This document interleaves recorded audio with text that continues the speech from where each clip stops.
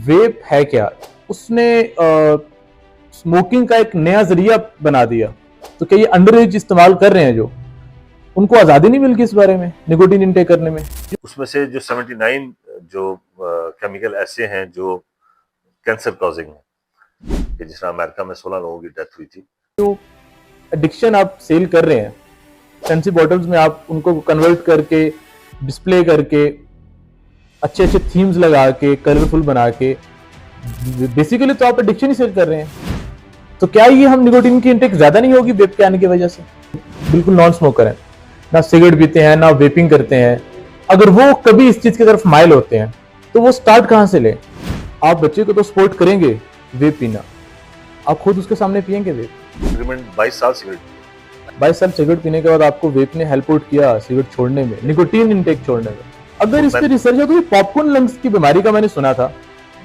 Vaping industry दुनिया में बहुत तेजी से इमर्ज कर चुकी है और उसका रुझान पाकिस्तान में भी बहुत तेजी से बढ़ता जा रहा है। सोशल मीडिया पे हमने इसके बारे में बहुत कुछ सुन रखा है, तो मैंने सोचा कि क्यों ना आज हम इसके ऊपर डिटेल में बात कीजिए। तो उसके लिए आज हम जेहलम में एक वेब शॉप ओनर के साथ बैठे हैं जिनका नाम है सज्जाद आरिफ। 16-17 साल ये बाहर भी रह के आ चुके हैं अब्रॉड, और फार्मास्यूटिकल इंडस्ट्री से भी इनका काफी ताल्लुक रह चुका है। तो सज्जाद साहब ये बताएं कि वेप है क्या, वेप का ओरिजिन क्या है? वेप बेसिकली एक इलेक्ट्रॉनिक डिवाइस है जो कि 4 हिस्सों में मुश्तमिल होती है। एक इसका पार्ट होता है जिसमें बैटरी होती है, जैसे ये अभी वेप डिवाइस है, इसका जो नीचे वाला पार्ट है इसके अंदर जो है ना इसकी बैटरी होती है। इसके बाद इसका जो सेकंड पार्ट है वो इस ऑटोमाइजर पे मुश्तमिल होता है, जिसे ऑटोमाइजर कहते हैं हम या कार्ट्रिज भी कहते हैं। इसके अंदर एक कॉइल होती है जो कि लिक्विड को बर्न करती है। इसके साथ इसमें लिक्विड डेफिनेटली यूज होता है। अब ये चीज़ें बनी किससे हैं? सबसे पहले तो हम लिक्विड के ऊपर आ जाते हैं। लिक्विड जो है वो प्रोफाइलिन ग्लाइकोल और एक वेजिटेबल ग्लाइसरीन होती है जिससे बनता है।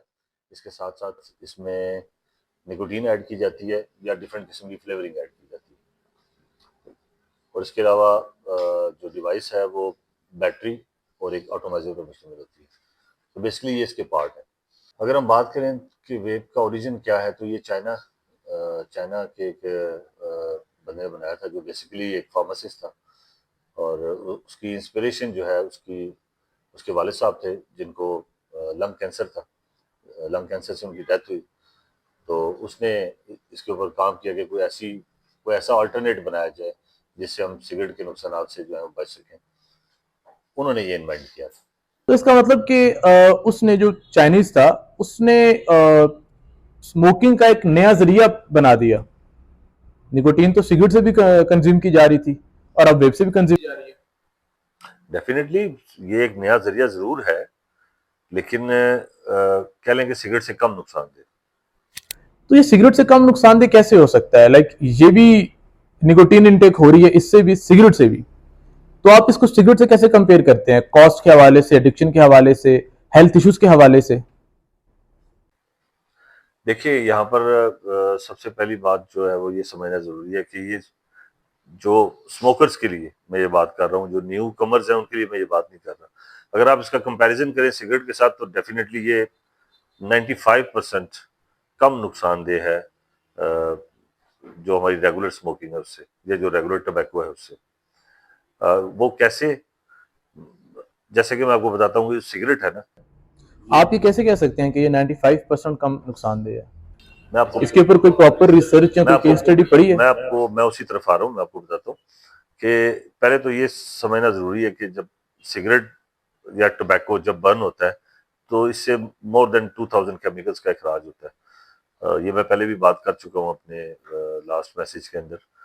और उसमें से जो 79 जो केमिकल ऐसे हैं जो कैंसर कॉजिंग है, तो ये तो एक बात हमें पहले समझ लेनी चाहिए। जबकि इसके अगेंस्ट अगर वेपिंग की बात करें तो वेप में ऐसा कोई अभी तक कोई ऐसा केमिकल जो है वो आइडेंटिफाई नहीं हुआ जो कि कार्सिनोजिन हो, यानी कि जो कैंसर कॉजिंग हो या जिससे कोई बहुत ज्यादा नुकसान होता हो। तो ये दोनों में एक बेसिक फर्क है। फर्क तो आपने बता दिया, लेकिन आप ये बात इतने दावे के साथ कैसे कर सकते हैं? इस पे कोई रिसर्च मैंने आगे भी पूछा, कोई रिसर्च को केस स्टडी कि ये कैसे 95% लेस हार्मफुल है उससे। बहुत सारी रिसर्च मौजूद है, यूके की रिसर्च है, यूएसए की रिसर्च है। बिल्कुल, मैंने अभी चैट जीपीटी किया है कि जैसा अभी आप स्क्रीन पे भी शो हो रहा होगा कि major public health review, public health England 2015 की रिसर्च है, एंड वो क्लेम कर रहे हैं कि e cigarettes are around 95% less harmful than smoking. जी, इसके अलावा भी अगर आप 3-4 रिसर्च और मौजूद हैं, जिसमें से एक जो है वो इंस्टीट्यूट ऑफ कार्डियोलॉजी यूके की रिसर्च है, जिसमें यहाँ तक उन्होंने कहा है कि अगर जिनको दिल की तकलीफ है या जिनको हाई ब्लड प्रेशर है, अगर वो लोग स्मोकिंग क्विट करके और वेपिंग की तरफ आते हैं तो उनमें 90% जो स्ट्रोक के चांसेस हैं वो रिड्यूस हो जाते हैं, जिसकी बेसिक वजह यही है क्योंकि जो टार है ये अकोमोलेट होता है आर्टरीज के अंदर जाके और आपके स्ट्रोक के चांसेस बढ़ते हैं। यानी यहाँ तक कि ये कार्डिक पेशेंट्स और जो हाइपरटेंशन के जो पेशेंट हैं उनके लिए ज्यादा सेफ है सिगरेट से। 90% उनमें जो है स्ट्रोक के चांसेस वो कम हो जाते हैं। लेकिन अगर इस पे रिसर्च है तो ये पॉपकॉर्न लंग्स की बीमारी का मैंने सुना था, वो भी तो इसी से हुई थी ना, वेपिंग से हुई थी। जी बिल्कुल, आपने सही सुना और बड़ा इंटरेस्टिंग सवाल है ये। देखिए, जो पॉपकॉर्न लंग्स थे वो फर्स्ट टाइम जो है वो यूएसए में हुए थे और वो एक चीज बनाने वाली फैक्ट्री थी वहाँ। क्योंकि जो ये हमारी जो चीज बनाने वाली या जो जो मक्खन बनाने वाली फैक्ट्रीज वगैरह होती है ना, इसमें एक केमिकल यूज होता है डाइसिटाइल के नाम से। ठीक है, वो जो वहां पर फैक्ट्री वर्कर्स थे, पहली बार पॉपकॉर्न लंग्स उनमें हुई और वो लोग एक्सपोज थे डाइसिटाइल के। तो ये जो बीमारी है 99% डाइसिटाइल के एक्सपोजर से होती है, एक केमिकल है जो कि उन फैक्ट्रीज में इस्तेमाल होता है। तो अब ये वेप में किस तरह से आई, ये भी एक सवाल बनता है कि वेप से उन फैक्ट्रीज का क्या ताल्लुक।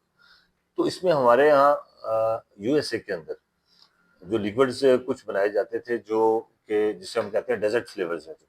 डेजर्ट फ्लेवर्स फ्लेवर्स की वो इकसाम है जिसमें चीज़ वगैरह के फ्लेवर हैं, जिसमें केक्स वगैरह के फ्लेवर हैं, जिसमें जो है क्या कहते हैं इसके बटर के रिलेटेड जो है वो फ्लेवर्स हैं। तो क्योंकि उन फ्लेवर्स की मेकिंग के अंदर डाइसिटाइल का इस्तेमाल हुआ था, तो ये इस तरह कुछ उन लोगों में भी आई जो लोग इन फ्लेवर्स का इस्तेमाल करते थे। लेकिन बेसिकली जो पॉपकॉर्न लंग्स जहाँ से स्टार्ट हुआ वो एक चीज बटर बनाने वाली फैक्ट्री से हुआ, क्योंकि वहां पर डाइसिटाइल का इस्तेमाल होता था। अब यहाँ अगर हम पाकिस्तान की बात करें या नॉर्मली यूरोप की बात करें तो डाइसिटाइल से बने जो फ्लेवर्स हैं वो इस्तेमाल ही नहीं किए जाते, क्योंकि जब से ये पता चला कि वो हार्मफुल है उसके बाद से उसका इस्तेमाल जो है वो तकरीबन जीरो हो गया। अगर थोड़े बहुत के फ्लेवर्स बन रहे हैं तो वो अमेरिका में ही बनते हैं और वहीं यूज होते हैं जिन लोगों को उसकी आदत है, लेकिन ओवरऑल जो वर्ल्ड में वो फ्लेवर अब इस्तेमाल काफी अरसे से नहीं हो रहे। तो आप इस बारे में कैसे श्योर हो सकते हैं कि आपके पास जो फ्लेवर्स पड़े हैं शॉप में उनमें डाइसिटाइल नहीं है? देखें, मैंने आपको जैसे पहले ही अर्ज किया है कि अब डाइसिटाइल का इस्तेमाल जो एक रेप्यूटेड जो फ्लेवर बनाने वाली कंपनी है वो नहीं कर रही है, क्योंकि सारी बात है इस पर रिसर्च हो चुकी है कि डाइसिटाइल से जो है पॉपकॉर्न लंग्स होते हैं। तो इसलिए अब जो यूरोप में आपका फ्लेवर बनता है, उसके अलावा कनाडा में बनता है, उसके बाद चाइना में बनता है, अब कहीं पर भी डाइसिटाइल का इस्तेमाल जो है वो फ्लेवर्स में नहीं होता। और ये अभी जो कुछ फ्लेवर्स की तो ऐसी कंपनी है जो एफडीए अप्रूव्ड है, ठीक है, जिनकी बाकायदा जो है वो चेकिंग होती है। तो हाँ, इसमें इस चीज़ का ख्याल रखना ज़रूरी है डेफिनेटली कि ऑनलाइन जो है वो शॉपिंग कम की जाए और जो है वो अथेंटिक वेब शॉप से ही जाके जो है ना आप अपनी परचेजिंग करें। यानी आपने सिर्फ शॉप नहीं ओपन की, आपने इस पे पूरी रिसर्च करके रखी हुई है। डेफिनेटली, क्योंकि मेरा खुद भी ताल्लुक जो है वो फार्मास्यूटिकल इंडस्ट्री से रहा 13-14 साल।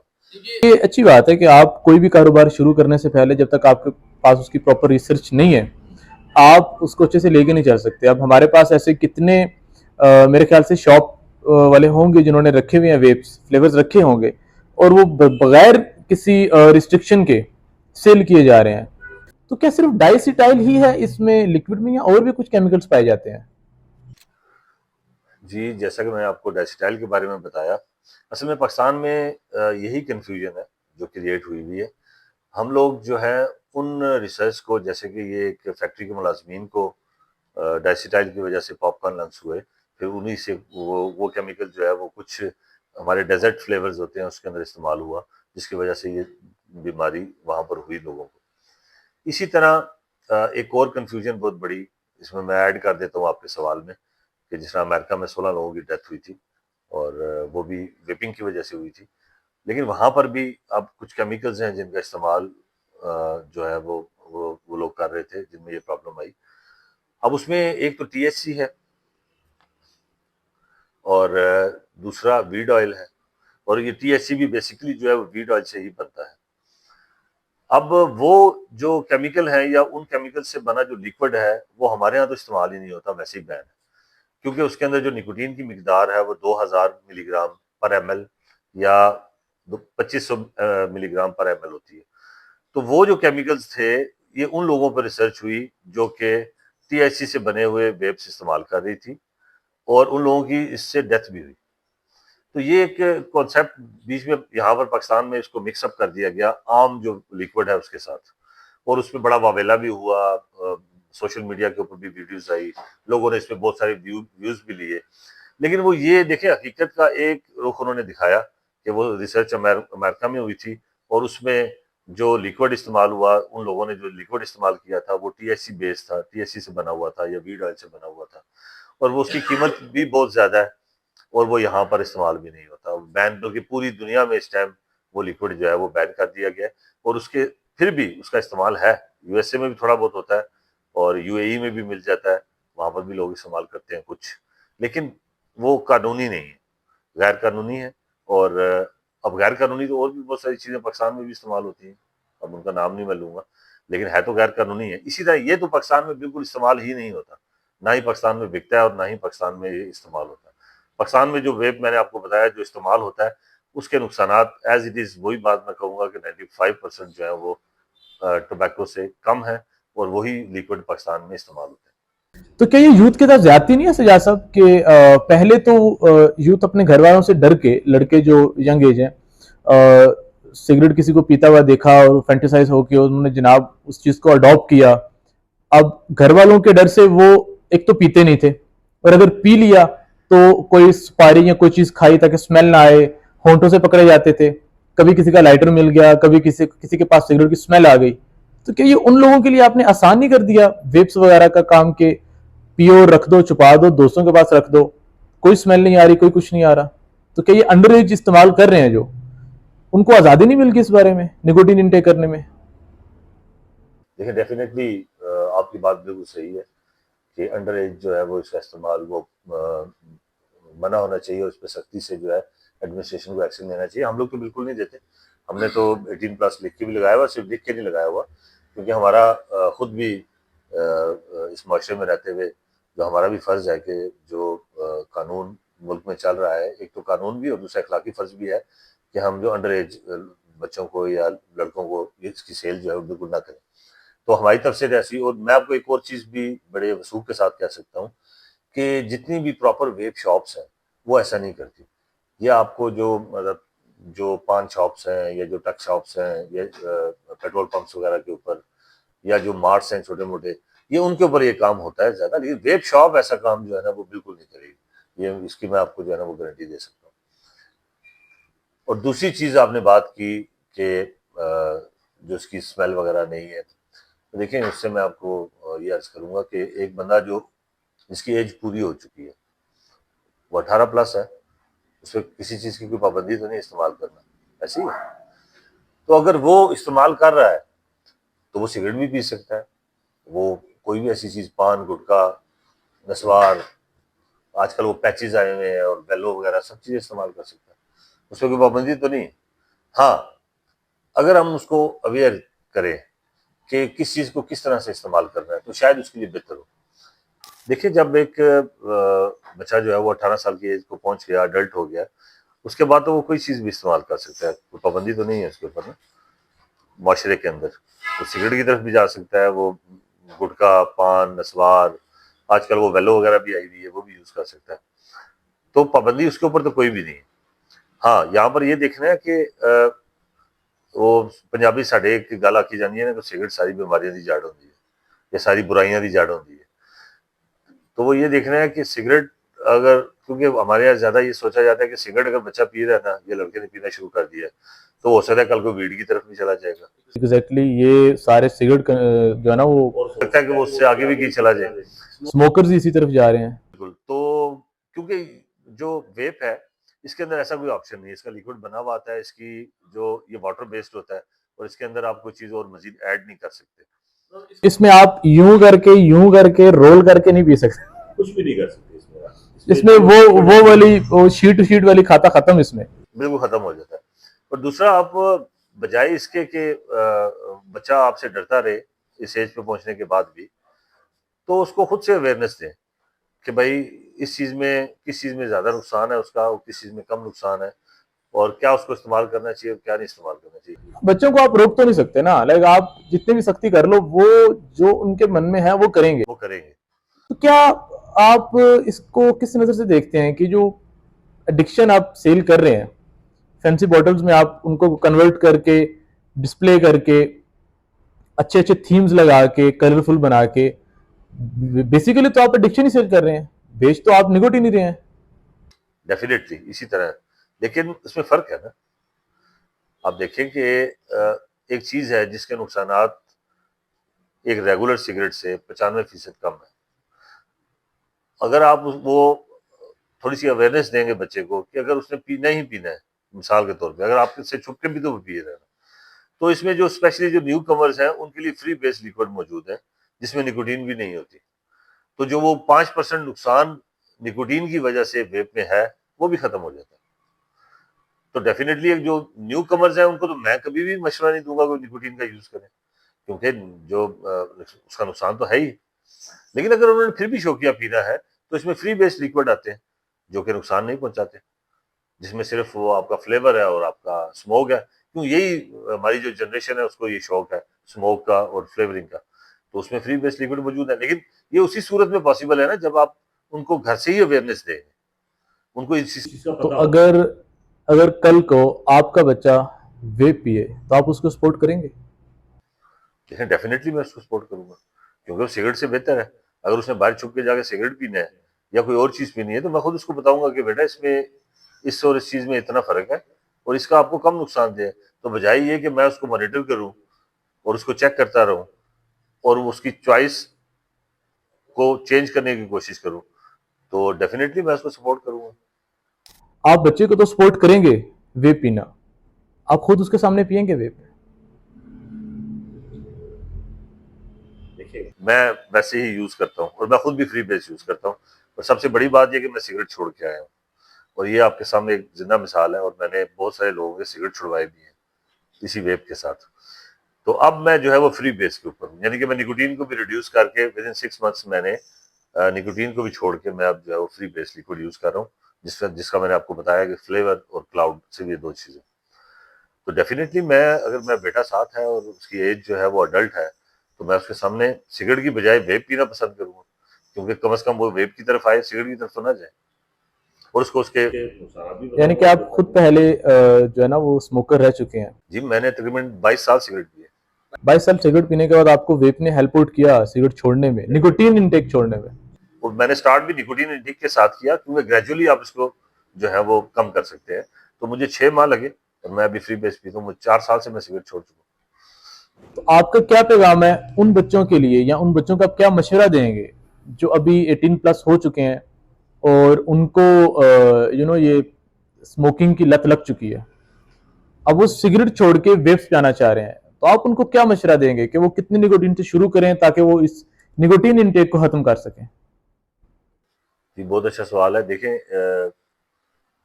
जो लोग तो सिगरेट पी रहे हैं,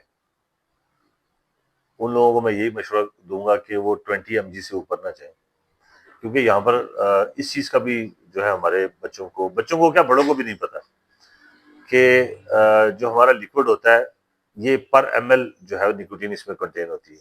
अब अक्सर लोग यही समझते हैं कि पूरी बॉटल में ही 20 mg निकोटीन है, ऐसा हरगिज नहीं है।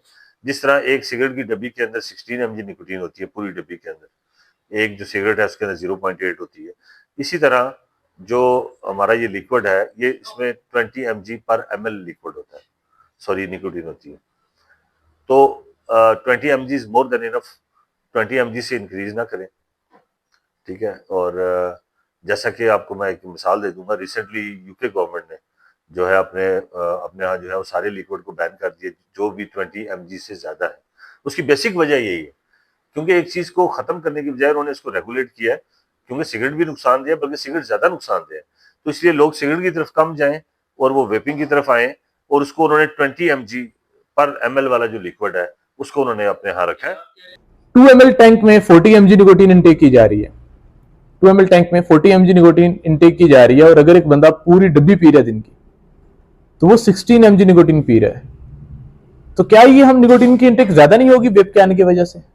पहले तो आप ये ध्यान में रखें कि जो 2 ml का टैंक इस्तेमाल कर रहा है उसको एक दिन में नहीं पीता। कई लोग हैं जो उसको 3 दिन में पीते हैं, कई लोग हैं 2 दिन में पीते हैं।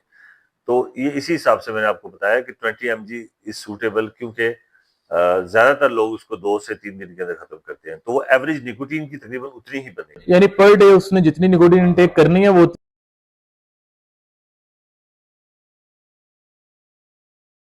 टॉक्सिकेंट्स रिड्यूस हो रहे हैं, निकोटीन सेम है। यस।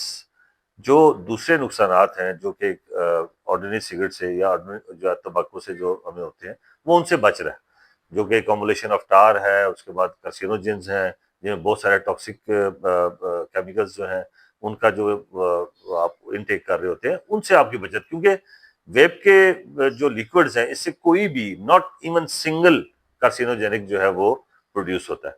ये एक सबसे बड़ी बात जो मतलब रिसर्च में जो सामने आई है वो यही है, और इसी को जो है इसी उसको हम रिसर्च को फॉलो करते हुए ये कहते हैं कि जो ये सिगरेट से बहुत ज्यादा कम नुकसानदेह है। आगे आप उन उन लिक्विड्स का जिक्र करें जिनको मैं पहले ही डिस्कार्ड कर चुका हूँ कि जो पाकिस्तान में इस्तेमाल नहीं होते, इन दोनों को यहाँ मिक्सअप कर दिया गया, जिसकी वजह से ये जो है वो मिथ बन गई है कि शायद वेप जो है वो ज्यादा नुकसानदेह है। ऐसा हरगिज हरगिज नहीं।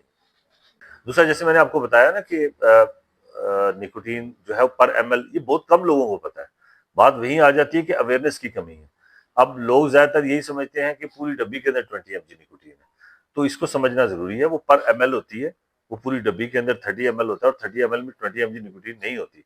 अगर उसको आप कैलकुलेट करें तो तकरीबन 600 mg निकोटीन बनती है पूरी बॉटल के अंदर। तो वो क्योंकि पूरे मंथ में कंज्यूम होनी है, तो वो एक सिगरेट की डब्बी के अंदर जितनी निकोटीन है वो निकोटीन इंटेक उतनी रहेगी।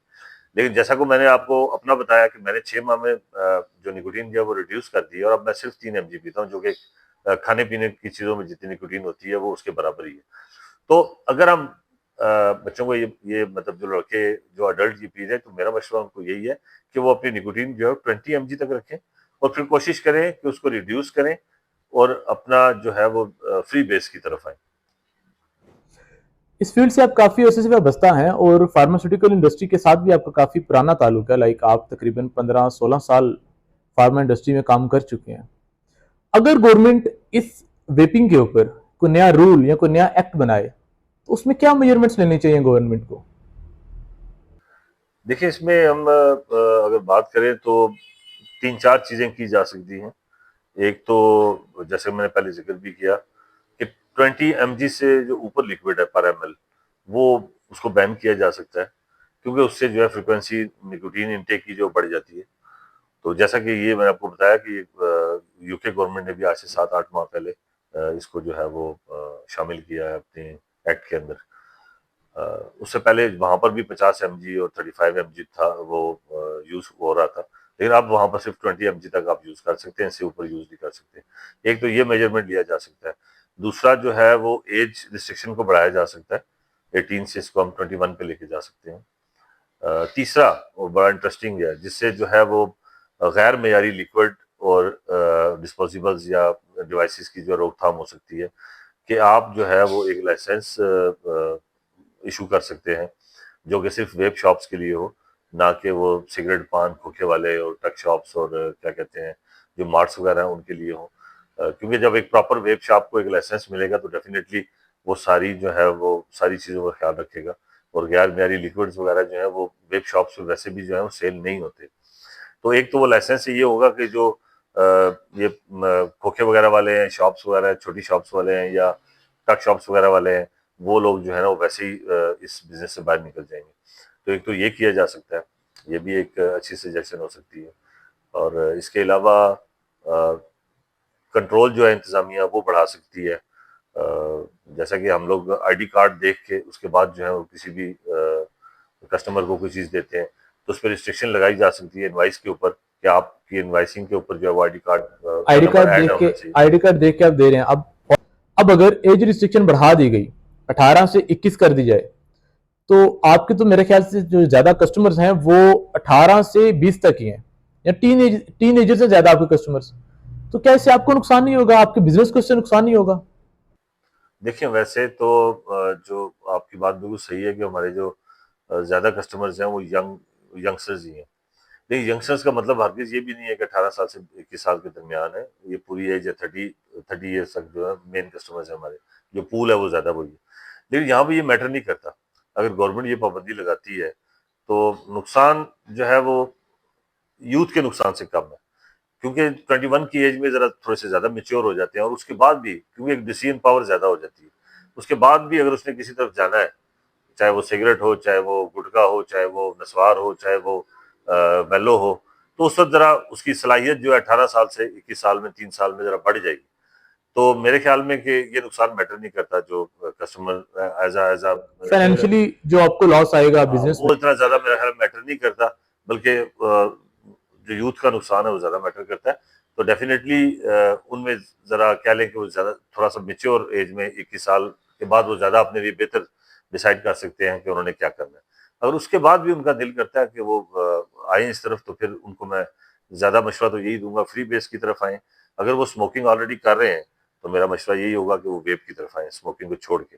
अगर वो स्मोकिंग भी नहीं कर रहे तो उनको उनके लिए मेरा मशवरा जो है फिर वो फ्री बेस का है कि वो फ्री बेस लिक्विड यूज करें, जिसका नुकसान जो है वो तकरीबन 99.9% नहीं है। तो अगर मैं नॉन स्मोकर हूं, अगर मेरा दिल कर रहा है मैं अट्रैक्ट हो जाऊं वेपिंग की तरफ, तो मुझे कहां से शुरू करना पड़ेगा? मैं किस तरफ से, अगर मेरे जैसे जो कितने ऐसे हैं जो बिल्कुल नॉन स्मोकर हैं, ना सिगरेट पीते हैं ना वेपिंग करते हैं, अगर वो कभी इस चीज की तरफ माइल होते हैं, तो वो स्टार्ट कहां से ले? आप क्या सजेस्ट करेंगे मुझे?